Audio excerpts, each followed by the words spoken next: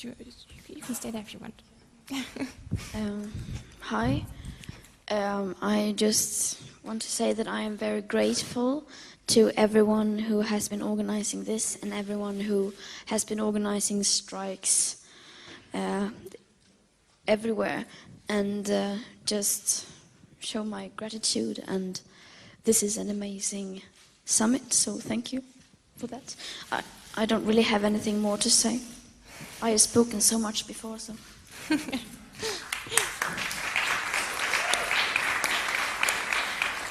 So, now Professor Dubochet, if you would like to come in the middle of the stage. There's too much emotion to speak without a note. What can I tell in this extraordinary moment? My emotion, of course. In 1968, we tried to revolutionize the world because we thought that money and selfishness were bringing our society to its death. Beside Marxist, Stalinist, Maoist, our group was untypical. Our focus was on climate. As you know, we didn't brought our project very far. A few years later, we learned from the Meadow report, from the Club of Rome, why the fundamental change can't wait. It must take place within our lifespan. And so we continue to be active for the planet just a bit. We also had children with my wife. I had my research career, and things went on, business nearly as usual. Then I got a Nobel Prize, and you know, when these strange things happen, people suddenly think that you are very smart and whatever you say must be true. So I took advantage of that and spoke as loud as I could about our stupid money-making economy, about my melting glaciers on my beloved mountains, and about the global climate crisis. I was depressed that 45 years after the Meadow report, we didn't progress a bit. A tragedy. Greta, last year, in November, I heard you for the first time. It was at the TED Talk in Stockholm. Oh la la la la. It was a shock. I cry a lot. And soon after, I could walk through Lausanne with a large number of young people of the climate strike who took me with their movement. The movement, they and their friends from all around Europe have organized this working week in order to frame the continuation of the action. Here they are, with emotion, modesty, and thankfulness. Here they are, with emotion,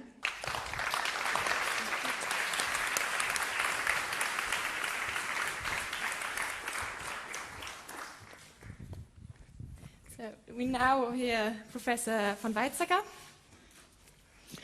Thanks very much, Hannah. I had the great honor being invited this morning to give a little introduction on the scientific side. In passing, I also mentioned that I am one of the early signatories of Scientists for Future. 26,000 scientists in at least the German part of Europe have signed, because we are very, very happy that the young, the school children, had the courage of putting the goal of climate stability above the goal of being good students at school, which evidently is correct.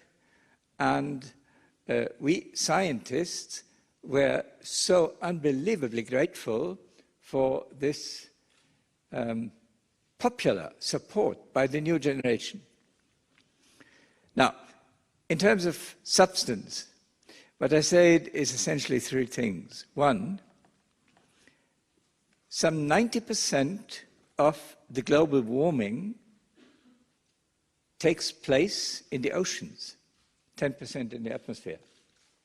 So, coastline countries, Switzerland doesn't belong to it, have to be extremely worried by the potential of the seawater table rise. And it could become an abrupt kind of change if, for instance, the Greenland ice or the West Antarctic ice plate gets a rift or so and glides off into the ocean. 6 or so, the cities of Bangkok or Amsterdam or Venice or Hamburg or so would be flooded, you know? Unbelievable dangers are looming. Second, if we only concentrate our action on Europe, we are losing the war, because more than 90% of the currently newly built and planned coal power plants are in the developing countries, of course. And unless we persuade them that it can be lucrative and good for them to stop building coal power plants and make money out of renewable and energy efficiency, which is a great potential, we are losing. It's just good enough to make Europe look better. And the third thing is, we have to establish political frame rules that make it more profitable to do the good thing instead of doing the bad thing. Under today's conditions, building a new coal power plant is tantamount to printing money. You know, that's the only reason why it's done. Unless we change that by a fine on carbon dioxide emissions or so, and perhaps a premium for absorbing carbon dioxide or so, for instance, by good agricultural soils, then we cannot win the game. And I'm so much by heart and emotion on the side of Fridays for Future that I find it, as a former politician, extremely important to also work on this third agenda of making politics helpful and not destructive to the goals that Greta Thunberg has so wonderfully formulated. Thank you. Thank you. Thank you.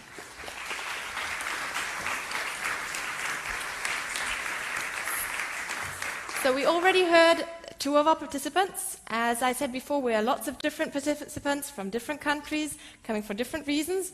So we want to hear some more quick impressions from other participants. We have 3 participants here in our room. So Christine. Christine is from Estonia, and what are you looking forward to within this week? It's a unique opportunity for us Estonians to have a say in all of this and help grow the movement. As a small country, we don't have that many strikers, so I think it's important for us to see that there are so many other people fighting for the same cause as we are. So we're definitely looking forward to the strike on Friday to keep us motivated. Okay, thank you. You can just join us on stage as one of the representatives of another participant. Sophia, why are you activist in Fridays for Future? First of all, hello. You know, years ago, before the movement even started, I was feeling uncomfortable what was around me. No one seemed to care about the same things that I did. So that was so frustrating. But now we are a whole community, and this meeting is so important because it gives all the young boys and girls and all the participants the chance to meet, to share interests, exchange ideas, and discuss about what we love. Thank you. Thank you. Forgot to say Sofia is from Italy. And then there's Ilyas from Ukraine. Why did you come to Lausanne? The movement is struggling in post-Soviet countries. In my country, Ukraine, as well as Russia, Azerbaijan. In our countries, messages from Europe are not heard because they cannot be applied. So many youngsters are not motivated and are afraid to request the changes and the future that is due to them. In some places, they are not even allowed to speak. I am here because I want to show them that it is possible and that we all should raise our voices together. Thank you.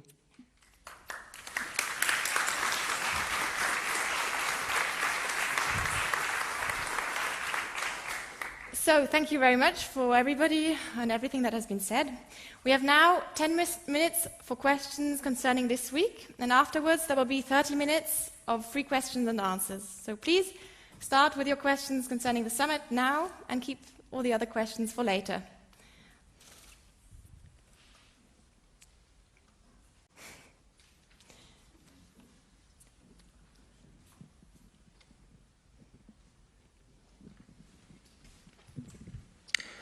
We have talked about coal power plants, and in the European climate, in the European Citizen Initiative, Actions for Climate, was a justification that developing countries are slower in going to net zero greenhouse gas emissions.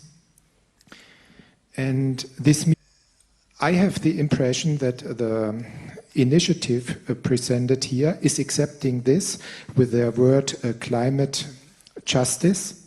That means the developing countries can continue beyond 2050 with the fossil fuels, but I think this is totally not acceptable, as mentioned by Mr. von Weizsäcker. And therefore my question to Greta Thunberg is, do you think it's better to change the climate justice definition to the following? Those members of governments, former and acting, responsible for climate damaging policy should be sent to prison or to jail.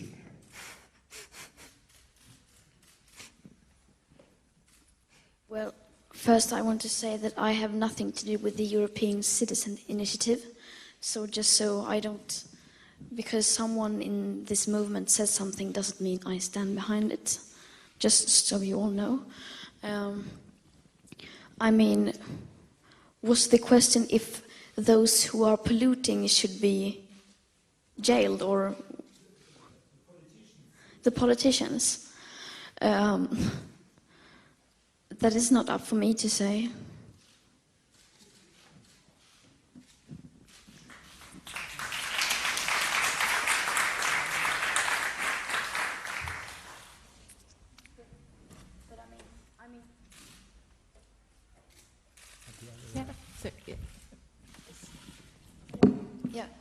But I mean, we can't blame this on individuals. We can't blame this on politicians, on the market, on individuals. I mean, this is a system that is wrong. I have met so many politicians who really want to do more but can't do more, so we shouldn't be so hateful to politicians, to individual politicians. Then of course they have a bigger responsibility than many others, which they should take.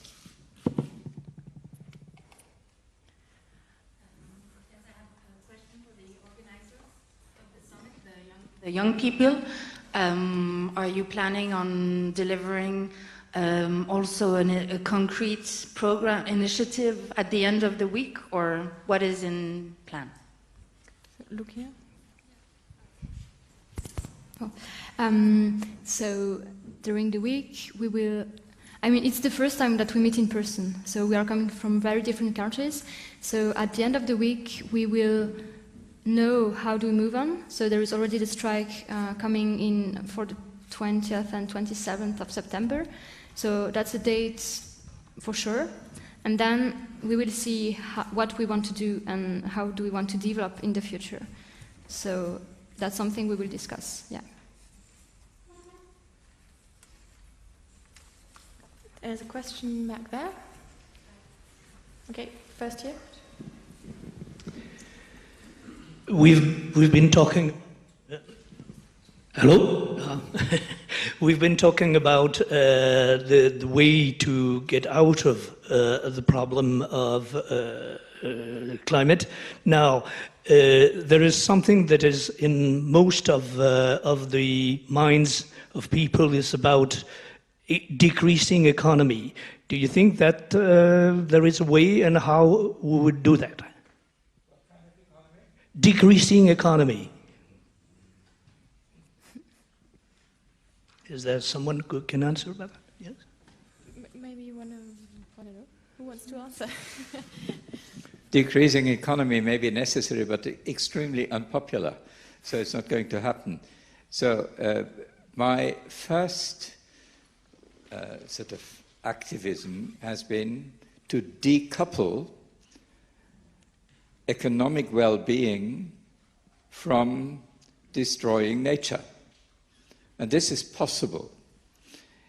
In a report to the Club of Rome called Factor 5, we are proving that a 5-fold increase of resource productivity is technically available in the long term at 20-fold, meaning we can increase human economic well-being by something like a factor of 2 or so, while at the same time dramatically reduce not only carbon dioxide emissions, but also land use, minerals extraction, water extraction, forest destruction, and all that.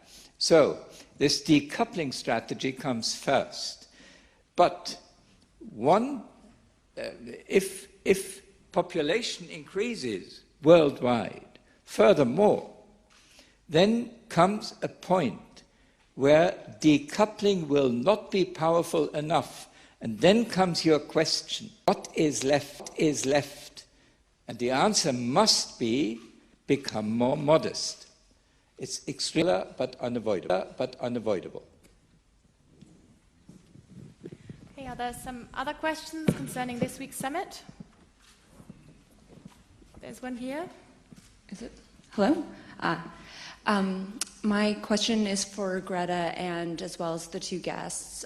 Firstly, Greta, you've been striking for almost a year now. I'm wondering, how do you feel seeing this many people, young people, your peers, gathering here this week? How do you feel about the movement almost a year into it? And to the guests, after spending your careers working in science and knowing climate science, how do you feel about the environmental movement, seeing young people rise up like this?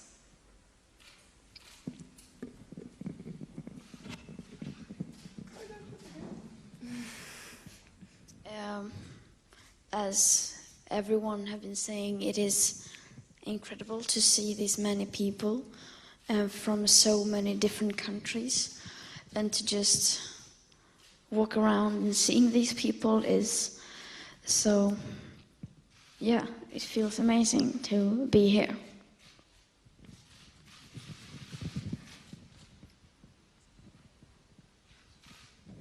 Okay, when I was young, I took to the streets against local pollution, but that doesn't help climate. So I'm extremely happy that the new generation takes to the streets for protecting climate. And this I say as a scientist. I was a physicist and later a biologist and know a lot about climate physics and find it absolutely necessary that our civilization learns what the present generation of school girls and boys is telling us. I hope that more old people like me listen.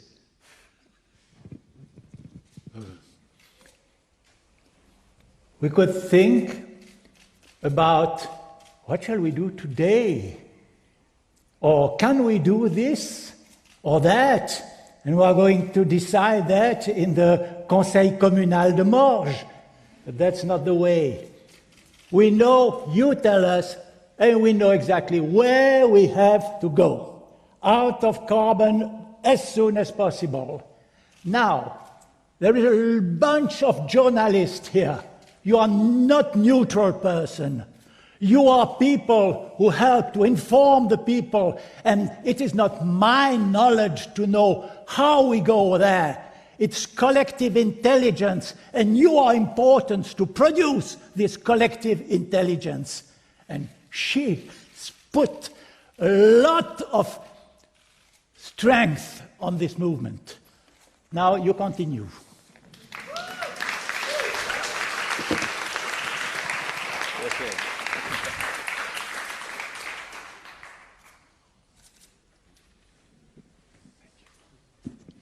Hi, I'm Jamie, Associated Press. This is for Greta. Thank you for everything you just said, and you're talking about the need for the importance of the movement and carbon. And Greta, the question is really, there's been a year worth of protests.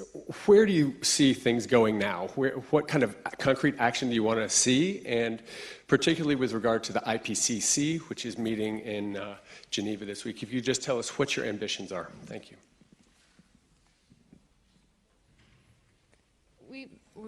Yeah. What did you say? Yes, during this last year, lots of things have happened. And then, of course, the global emissions haven't gone down, so we're still back on square one. So, of course, we will need to do so much more. We are still only scratching the surface. At least what I'm going to focus now on, and I mean everyone in this movement, is to spread public awareness of what is going on, because I believe that once people fully realize the situation we are in, then they will change, they will wake up, because I don't think people are evil. I think we are just not aware of the situation. So that is what I'm going to focus on now, and and just present the facts and tell them that this is the current best available united science. So yeah.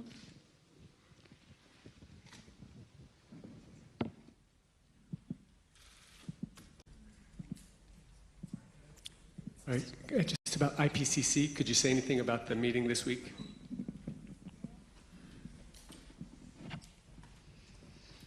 Yes, the IPCC are coming together this week in Geneva, Thursday, to present a new report. So, what should I say about that? What I hope for about it, and so that people become aware of what they are actually saying.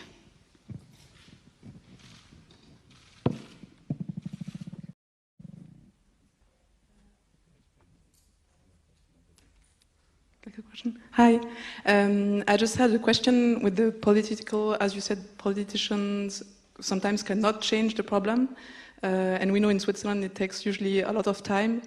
So how are the other ways than putting political pressure? Is it a good way to put pressure on politicians, or is that not going to change anything? Maybe Mr. Dubochet knows what's happening in Switzerland.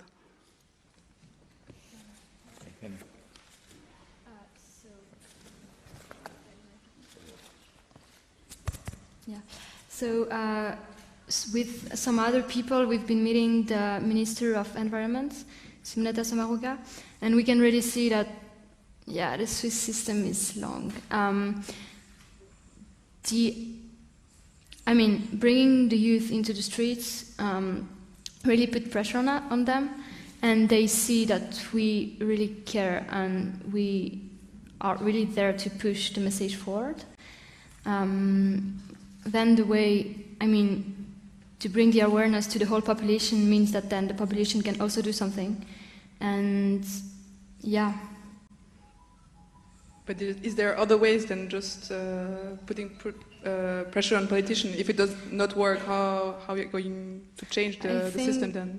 I think that's something we will also discuss this week together on how we can also put more pressure or differently. Yeah, that's a topic of discussion. Okay. Thank you. I'd like to add something. I wanted to give a little historical example pertinent to your question. In the 1980s, there was a big debate about the ozone hole. And surprisingly, against all other tradition, it was the United States of America that began fighting the ozone hole by supporting the Montreal Protocol and many other things. Why?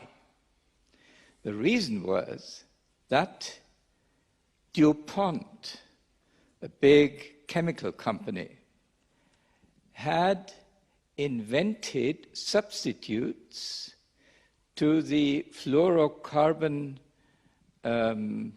stuff that damages the ozone, and made a fortune by protecting the ozone layer.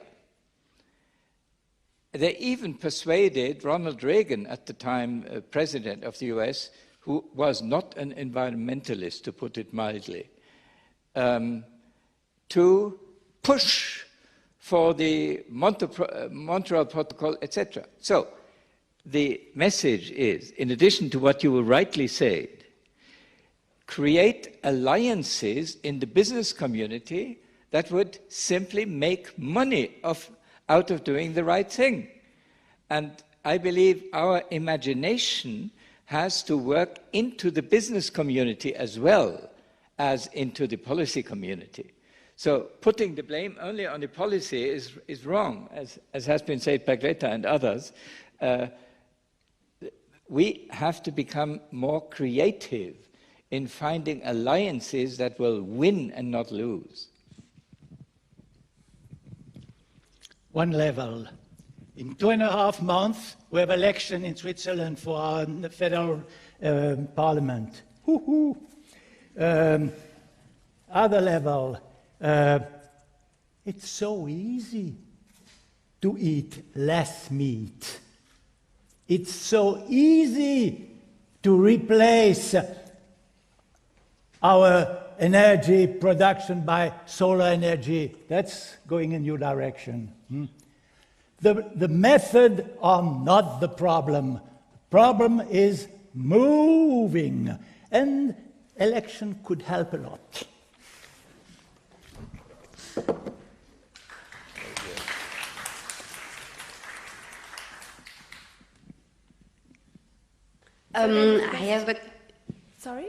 I have a question to the participant. I would like to know if there is a global thinking about degrowth. Because we heard the idea of Professor von Weizsäcker, but what think the participants of the movement? You're asking about degrowth? Am I understanding correctly? Yeah, I think we mostly all agree about that we can't keep the economic growth going like it is going right now. And I don't think there's nothing wrong with consuming less, because we don't need as much as we are consuming right now in general. And it's not that we're gonna become cavemen and have no comfort at all in general, but we can do with less, and it's more important right now for climate So yeah, why not?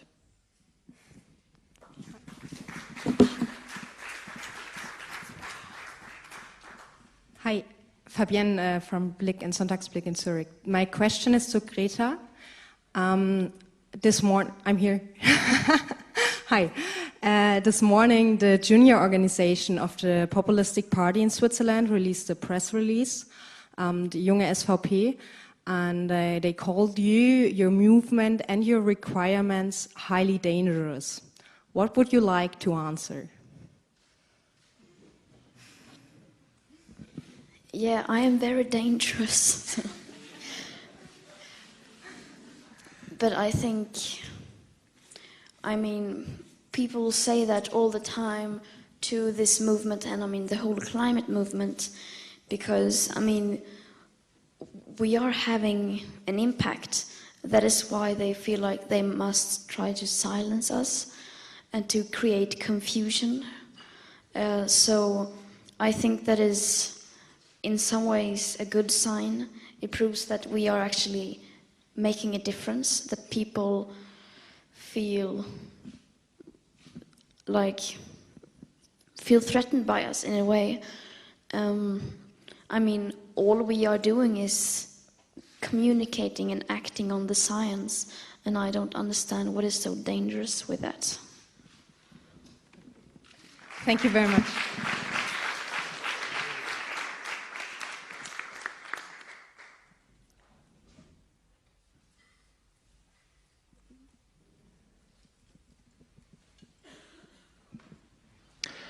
Mr. von Weizsäcker mentioned the West Antarctica ice sheet, which can cause several meters sea level rise.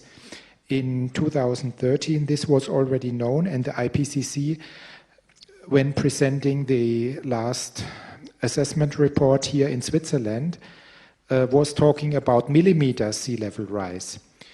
And IPCC ignored the findings about the West Antarctica ice sheet. And therefore, I think IPCC in the past decades often published misleading information, especially in the technical summaries and in the summaries for policy makers. And in the last meeting of the Fridays for Future movement in Switzerland, we analyzed the IPCC 1.5 degrees report, and our conclusion was there is no carbon budget available.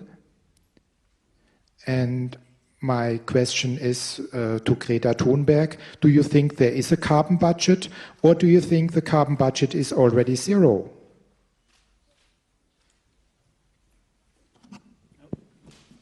No, it's right, you can take that one. Yeah, it's fine. Yeah, but this is what, sorry, what was the last word you say? Do you think there is a carbon budget available that the world can continue in burning fossil energies? Or do you think there is not at all a carbon budget available because we have to apply the precautionary principle on all the latest findings of science, and there is nothing to burn? There is no justification for further burning fossil fuels, nor for 2035, nor for 2030, nor for 2050. I mean, this is not what I think or we think. There's no opinion about that. It's just that the Intergovernmental Panel on Climate Change, in the latest IPCC report, it says that if we are to have a 67% chance of limiting the global temperature rise to below 1.5 degrees Celsius, then we had on January 1st, 2018, 420 gigatons left of CO2 to emit. And I don't understand your question. My opinion is there is no carbon budget. The carbon budget is negative, and we have to start cooling the Earth instead of giving us some more 10 or 20 years to continue with the fossil energies. So you think that 400 gigatons carbon dioxide is still existing and we can burn it and emit it? I don't agree with you. I mean, as I said, on January 1st, 2018, they said that if we are to have a 67% chance of limiting the global temperature rise to below 1.5, we had 420 gigatons, and now, of course, that number is much lower today. And you're talking about geoengineering, then? No, global cooling could be, for example, organic farming, where the carbon is going to the earth in a natural way by the plants, for example. Yes. And but the question is, if we apply the, I think with 34%, the IPCC gives you the future for you that the 1.5 degree target is failed, even if we continue with a 400 gigaton budget. And I think this is not acceptable. It's not acceptable that the young people have a chance of 34%, that the world is exceeding the 1.5 degrees.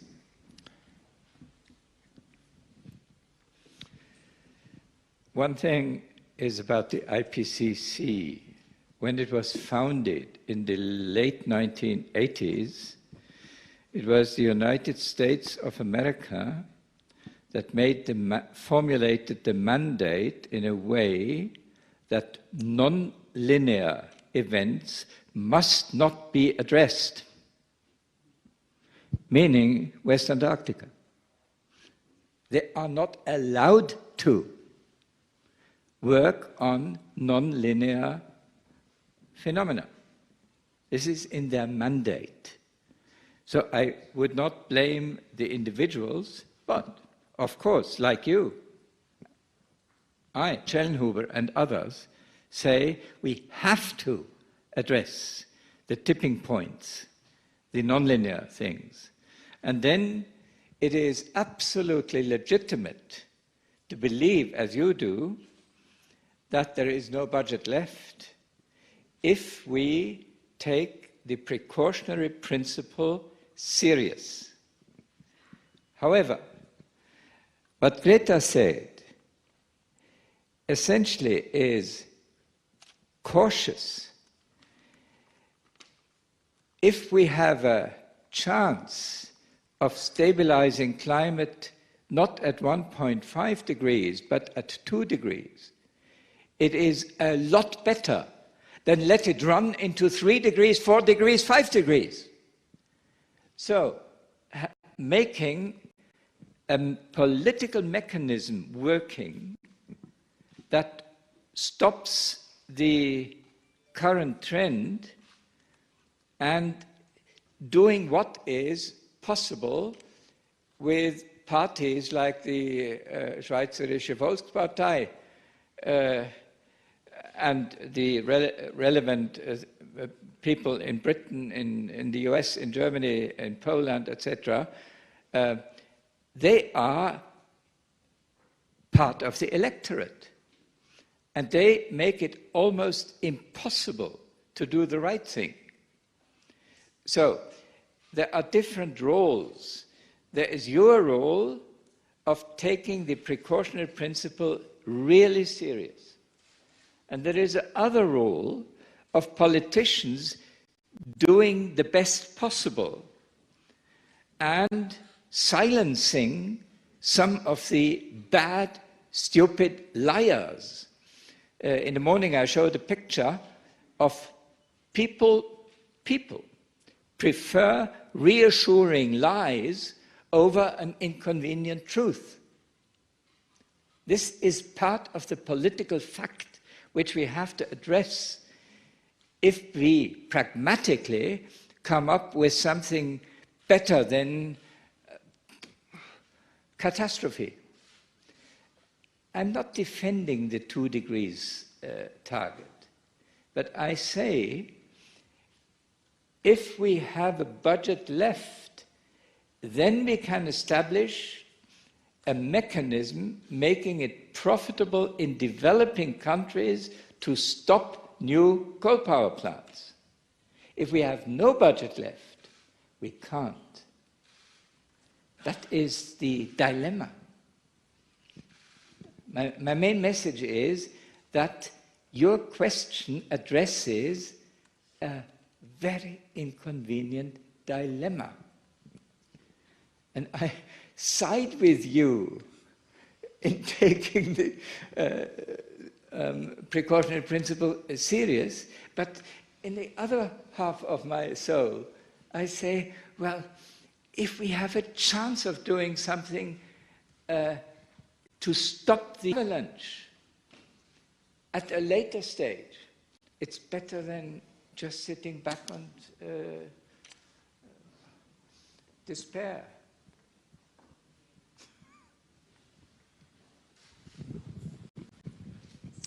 Hi. Yeah.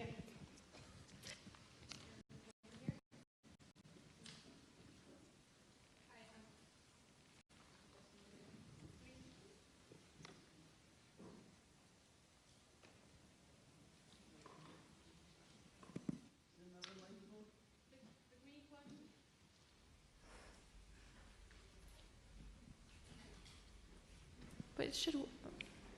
Oh, I think it works now. Yeah. Okay. Hi, I'm Clara.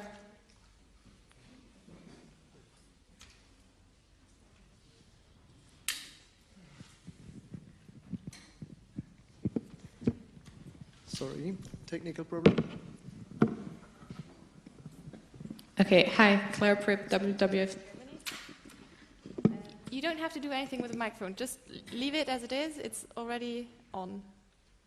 Yeah.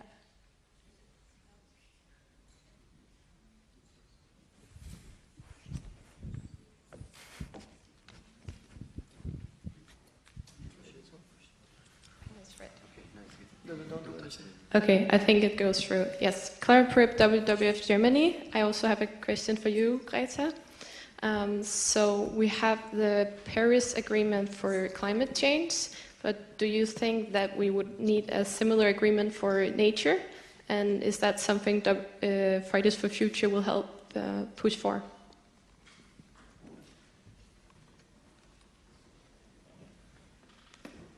Of course, that could be something. Yeah, and yes, that is, if it's in line with the current best available science, then yes, that is something we would push for. And it's that kind of part of, this is more a question than to maybe the organizer, if that's something you will include in the summit, a focus on the linkage between climate and nature laws, the climate change and nature laws? As I'm not choosing the topics that the participants will discuss, I'm really sure that they will bring the topics of biodiversity and nature forward, because that's something which is really linked to the climate in general. So, yeah, that's really something which will be up at some point. Yeah. Yeah. Thanks. Susumu Kojima from NHK here. Japanese public broadcaster. A question to Greta.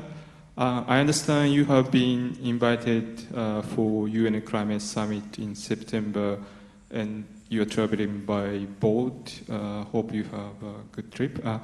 I'm just wondering how important this summit is for you, and what would you like to achieve through the summit? And secondly, I understand this is a summit for youth in Europe, but if you have any message to youth in Asia, countries like Japan, China, we haven't seen so much actions going on right now, and if you have anything to say to those youth in these countries. Thank you. Yes, this upcoming summit in New York is very important, and I mean, it comes now at such a crucial time, and we can't say enough how important that is. And I think this is a great opportunity for world leaders to show that they have actually listened to us and to the science. So, because they say that they understand and they listen, so now they will have to prove that.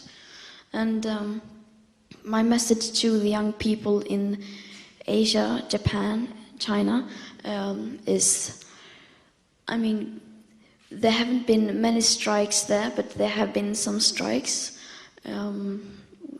So just like every other country that we are now facing an ecological emergency, and we need to realize what is happening and what is required to stop or halt it. So, and to spread awareness and to say to young people that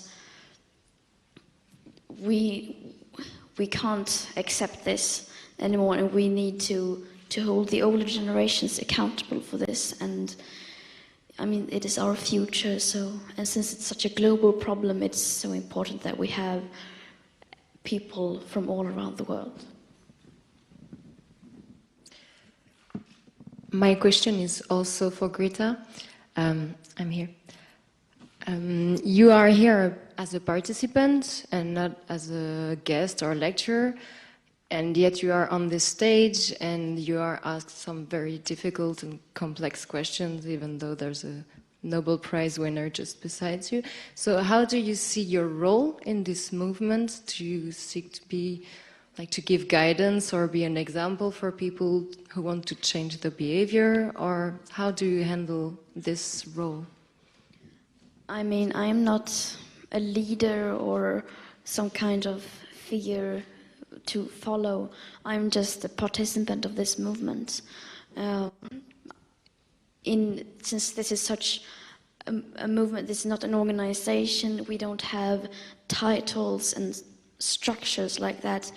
This is very spontaneous, and so that also makes it easier for everyone to actually have as much to say in, and that everyone is equally important. So I don't see my role as so special.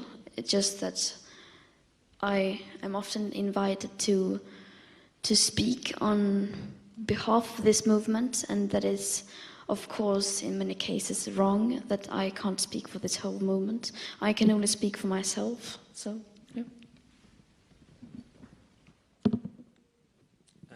I had a similar question, actually, but to follow up on that, I'd just like to know what it feels like to become a symbol known the world over, an international climate icon within a year, and how you handle that.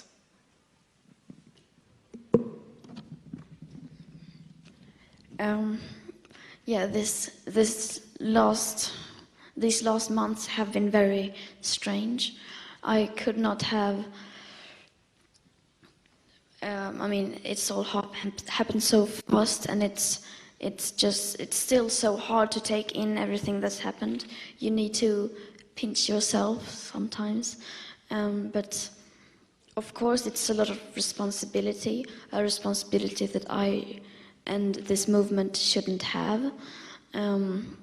We would love to go back to school and continue with our everyday lives, but as crucial as the situation is, as serious as this situation is, we feel like we must do something about this now. And so yeah, it is too much responsibility for us children. We shouldn't have to do this. So we would love to see adults and others to join us, to help us, to ease our burden. But it's how I cope with it. I mean, I don't like being in the center of attention, so it's hard sometimes to always have cameras on you, but I mean, I just have to remind myself that it's for a good cause, and if this is a way to get the media to write about the climate and ecological emergency, then that works for me, I think, yeah. But do you feel like you now have to do it? I mean, you're just kind of trapped in your own role? I mean, no, of course not. I mean, we could just, I mean, we do as we want, so, but I mean, we want to do this because we want to change the world as it looks now, so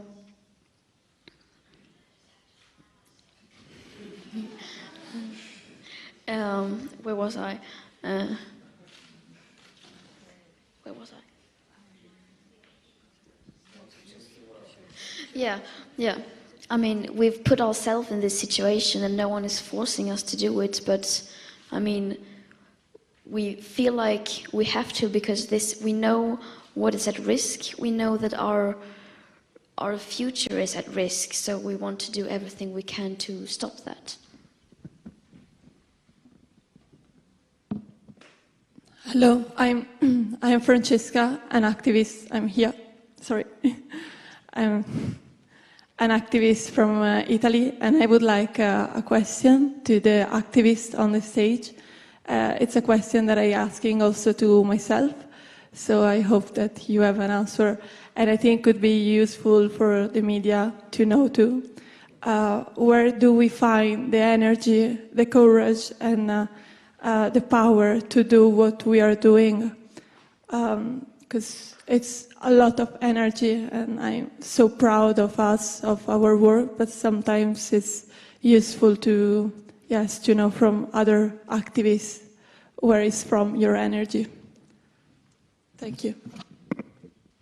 I mean, I guess all of us are activists on this stage, but I guess you meant me. I think it's a combination of fear and hope, because you're afraid of the future, and at the same time there is a theoretical chance still to do something. So you just kind of have to combine and try to find the hope side through action. So yeah. I don't know. Yeah, and if I can add, we should be on holiday, but we are working because we know how bad the situation is. And the energy, when you fear about something, you can choose what you do with that fear. And you can join us and change that fear into action. And I think that's where you get so much energy, because you can feel it in your gut. We need to do something now. And yeah, either you change that fear into something good, or you're just blocked with your fear and you are just denying the situation. So it's up to us. How is your attitude? There's room for 2 more questions. Question to Greta and also the young participants. Greta, you read obviously a lot of data from scientists. What do you expect from physicians, medical doctors? Do you think they can be helpful? And what do you expect? Yes, of course, we need everyone, and everyone can help in their special way. We are doing what we can, and of course, people who have other positions and other people, they can help in different ways. I don't expect anything special from people in a certain group of working. How do you say it?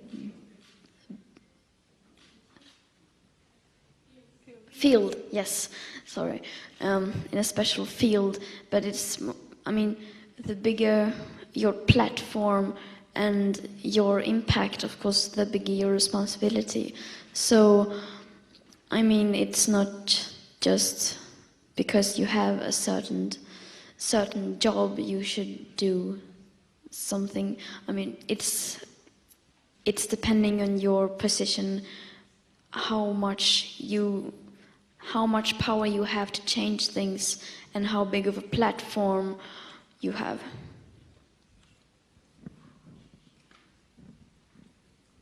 Is there one last question?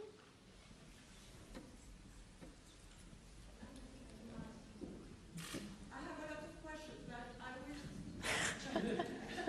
will ask you just one, because I am on Facebook, and now a lot of people are very critical about your movement. And how do you deal with particularly scientists who don't agree with your vision and with the facts that you. Sinon, je continue en français. Hein. Mais est-ce que vous avez compris? How do you deal with other scientists who also say we are scientists and we are not okay with this fact that you put forward? Question what to answer. I mean, you would have to specify which scientists they are and what exactly are they saying, and then we can answer scientifically. Like Just now, a founder of Greenpeace, for example. How do you deal with those colleagues which are traitors to the cause? We don't deal with them at the moment because I haven't been talking Jacques, to them. peut-être. Yeah. Yes. Oh. Again, you are a journalist. Yes. How do you deal? Oh, sorry. You are a journalist. How do you deal with the fact of science brought by hundreds and thousands of competent people, and there are a few incompetent or claiming to be competent, and you want to give them the same weight? You are the journalist, and you are competent, and you judge them.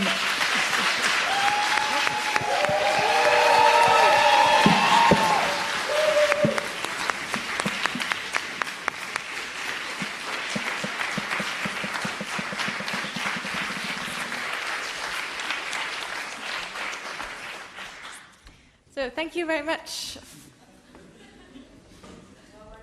Yeah, go on.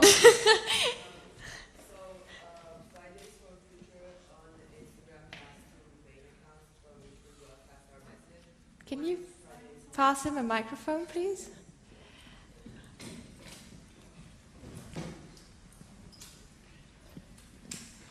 Fridays for Future has two main accounts from which we broadcast our message, and one of them is Fridays for Future and the other one is Fridays for Future Global. Fridays for Future has already been taken down once for 3 weeks, and I think it has stopped us from getting our message across. And now 2 weeks ago, the account Fridays for Future Global was also taken down by Instagram. My question to Greta is, do you think this is stopping us from getting our message across, and what do you expect from Instagram now?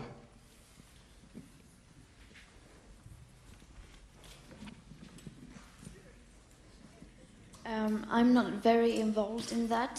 From the organizers I know that Fridays for Future was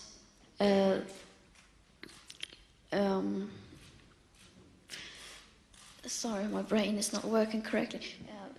Shut down. Yeah, the account was shut down because they thought they was pretending to be someone else, and then they found out that Fridays for Future was the main account, at least from what I have heard.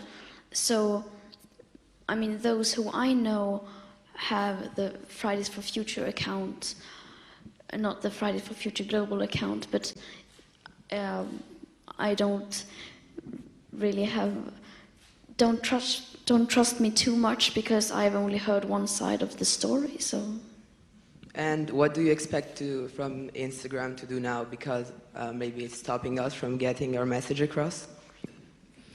I don't think they did it because they were stopping us from getting our message across. I just think that there were a bit of confusion between the two, which one were the official and which one maybe was mimicking or something, I don't know. So I don't, and from what I've heard, Instagram has apologized, so I don't expect so much from them now. Do you expect them to take the second account up? That's now where, okay. So thank you very much for your interest. Sorry we can't answer all questions. Thank you. Please feel free to attend our concluding press conference, which is this Friday at 10 o'clock right here. And then, of course, there will be a big demonstration. It will start on Friday at 3 o'clock at the main station. and it will end down by the lake in Vidi. There will be speeches and our concluding event of the week. So please all come and join us there as well. Thank you.